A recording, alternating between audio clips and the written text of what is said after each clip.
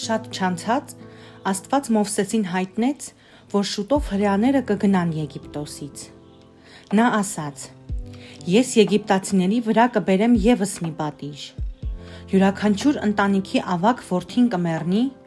եւ այդ ժամանակ թագավորը ազատ կարձակի իմ ժողովրդին»։ Աստված Մովսեսին ասաց,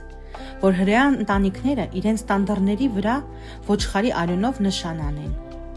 Այդպես նա կիմանա, թե որտեղ են ապրում իր մարդիկ եւ կանցնի նրանց մոտով, իսկ եգիպտացիներին կպատժի։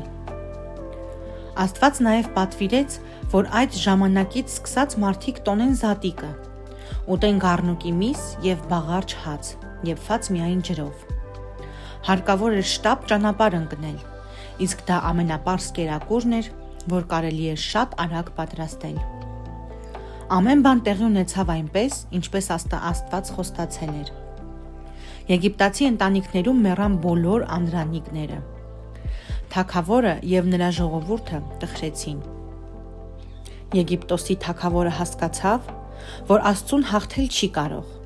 եւ թույլատրեց Մովսեսին Եգիպտոսից դուրս բերել իր ժողովրդին։